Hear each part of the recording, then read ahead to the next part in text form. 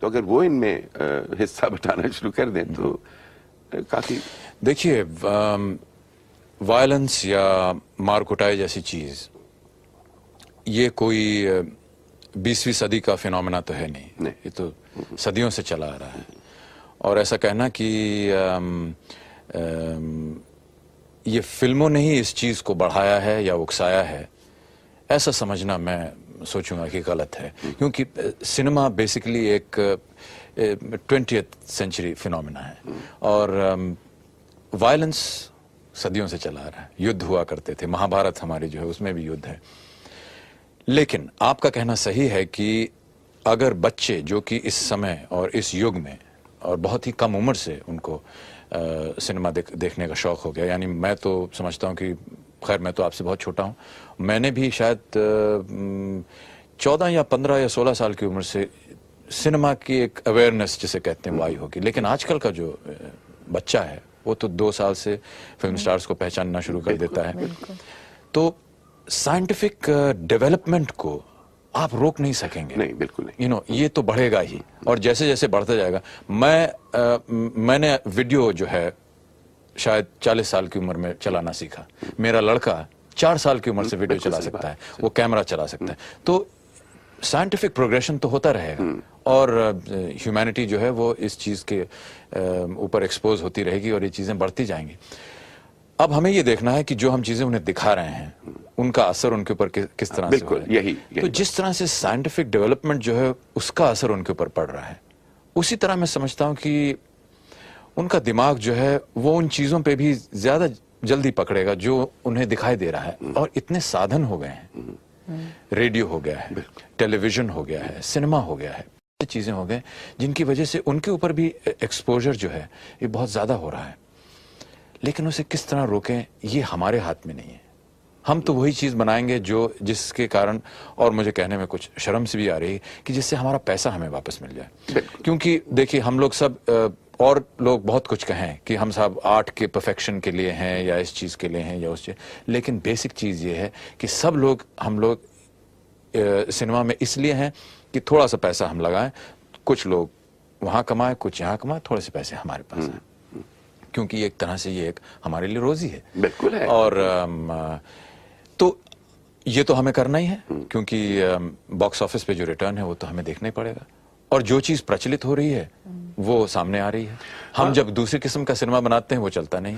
हमने सिलसिला बनाई, हमने ऋषिदा की कई एक फिल्में बनाई हमने, और हर साल हम ऋषिदा की एक फिल्म बनाते हैं, अच्छी फिल्में, और वो अच्छी फिल्में होती हैं। आलाप मुझे बहुत अच्छी लगी, मुझे और बहुत सी फिल्में हैं जो कि अच्छी लगी। बेमिसाल है, जुर्माना थी, ये सब फिल्में बहुत अच्छी थी। अब बच्चों की लेकिन कंपैरिजन में वो नहीं आती। उतना पैसा उनसे नहीं आता है, तो लोग फिर वही बार बार वही देखना। शायद पैसा लोगों को कम खर्च करना शुरू करना पड़ेगा कि ताकि जरा कम खर्च करें और से उतने ज्यादा। मगर सिर्फ फिल्में ही नहीं देखते बच्चे। हम तो हर साल जब बच्चों को लेके बाहर आते हैं घूमने के लिए, तो कहीं गेम्स के लिए जाइए, वहां भी इसी तरह की चीजें होती है। It's not only films. अच्छा, अब एक बात बताइए यहीं पे बच्चों की, अब फिल्मों की बात कुछ हद तक छोड़ें तो बच्चों की बात, अब आपका समय तो बच्चों की देखभाल में लगता है, आप भी कुछ मदद करते हैं देखभाल में? ये साहब मेरे लिए एक बहुत बड़ा एक कठिन प्रश्न है, और इस बारे में मैं बहुत शर्मिंदा हूँ कि मैं अपने काम में इतना ज़्यादा मसरूफ़ रहता हूँ कि मेरे पास वक्त नहीं है कि मैं अपने बच्चों के साथ जो मैं समय गुजारना चाहता हूँ वो नहीं कर पाता। और मेरे ख्याल से ये उम्र जो है बच्चों की, वो इस समय 7 साल और 9 साल के हैं, और ये उम्र एक बड़ी एक फॉर्मेटिव एज होती है जब मुझे उनके साथ रहना चाहिए। लेकिन या मैं उनकी पढ़ाई के लिए या उनके कपड़ों के लिए या उनके पेट के पूजन के लिए काम करूं, या फिर उनकी तरफ ध्यान दूं। लेकिन कोशिश हमेशा करता हूं कि बहुत देर तक उनसे दूर ना रहूं, और जब भी उनकी छुट्टियां हों तो अपना भी काम इस तरह से प्लान करूं कि मेरा काम भी चलता रहे और मैं उनके साथ छुट्टियों में भी रह सकूं। यही तो है कि जब आपके मन में ये इच्छा है और कंटिन्यूटी एक रहती है तो उसका असर बच्चे कोई कहते हैं ना समझ, लेकिन वो समझदार भी होते हैं। ऐसी बात नहीं। वे फिर भी मुझे लगता है कि अमित काफी वक्त बच्चों को देते हैं, और स्पेशली जो दोनों बच्चे हैं ज्यादा अमित से इन्फ्लुएंस्ड हैं। मैं जो घर पे देखती हूँ बच्चों का जो बात करने का ढंग या क्योंकि वो मेरे ख्याल समझ जाते हैं कि आप उनको जो कुछ आप देना चाहते हैं पूरी तरह से नहीं दे पाते, तो वो जो उनकी आशाएं हैं अगर उनसे कम उनको कुछ मिलता है तो उससे खुश हैं वो, तभी तो वो एक तालमेल रह सकता है परिवार में। अच्छा, यहाँ पे मैं आपको एक पुरानी फोटो दिखाना चाहता हूँ क्योंकि ये माँ बाप और बच्चों की बात हो रही है। हाँ, देखिए ये फोटो, आपको याद है अमित ये तस्वीर? है आपके पास इसकी कॉपी कोई? ये पहचानते हैं? बिल्कुल पहचानता हूँ, ये मेरे पास है। और वो रहे आप। वैसे अपने नेहरू जी हैं, हाँ, बच्चन जी हैं, तेजी हैं, वो आप भी पीछे खड़े हैं झंडे के पास।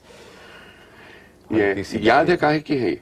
जी हाँ बिल्कुल, ये हमने जब ओथेलो किया था दिल्ली में उस समय की फोटोग्राफ है।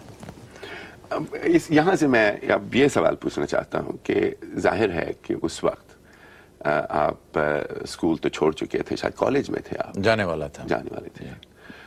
तो अब स्टेज का हुआ। अच्छा, लिखने में बच्चन जी, नाटक में तेजी जी की दिलचस्पी, तो उसका असर तो हुआ आपके ऊपर। जी हाँ। ये मैं कनेक्ट कर रहा हूँ पीछे माँ बाप और बच्चों के साथ। सो अब फिल्मों में जाने में इन चीजों का कितना हाथ रहा आप पर? बिना किसी झिझक के तो ये कहना पड़ेगा और ये कबूल भी करना पड़ेगा कि पिताजी का और माताजी का जो कुछ भी रहा है, जिस तरह उन्होंने मुझे बड़ा किया, जिस तरह की उन्होंने मुझे ट्रेनिंग दी, वो चप्पे चप्पे पर नजर आता है। माता जी तो आप जानते हैं कि एक बहुत ही एरिस्टोक्रेटिक फैमिली से थी और कॉन्वेंट में उनकी एजुकेशन हुआ। वो एक बहुत अमीर घराने से थी और पिताजी बड़े डाउन टू अर्थ और एक लिखने का शौक, लिटरेचर से शौक। तो एक बहुत अच्छा एक मेल मुझे मिला। एक तरह से समझिए कि एक फ्यूजन हुआ ईस्ट और वेस्ट का।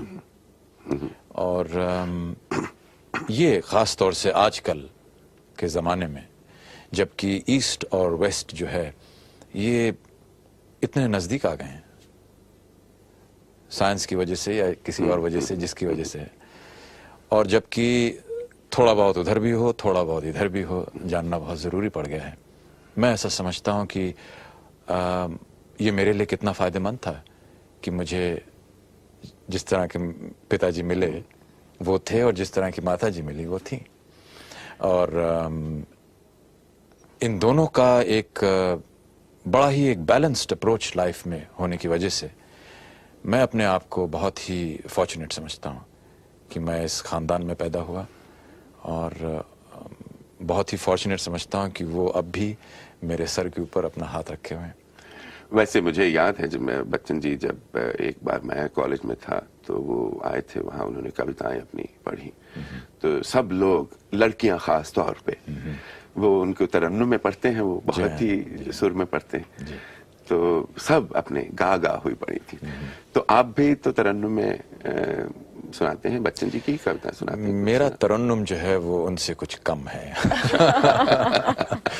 और मैं अपने आप को उनके साथ अपनी तुलना तो कर नहीं सकता हूँ, क्योंकि शायद मैंने, पता नहीं आपको याद है, पहले भी एक बार कहा था इनफॉर्मली कि मैं तो शायद 4-5 सालों में मुझे लोग भूल भी जाएंगे, लेकिन बच्चन जी को हजारों साल तक याद रखेंगे। अमित, बहुत बहुत धन्यवाद। जया जी, आपका भी बहुत बहुत धन्यवाद। शुक्रिया।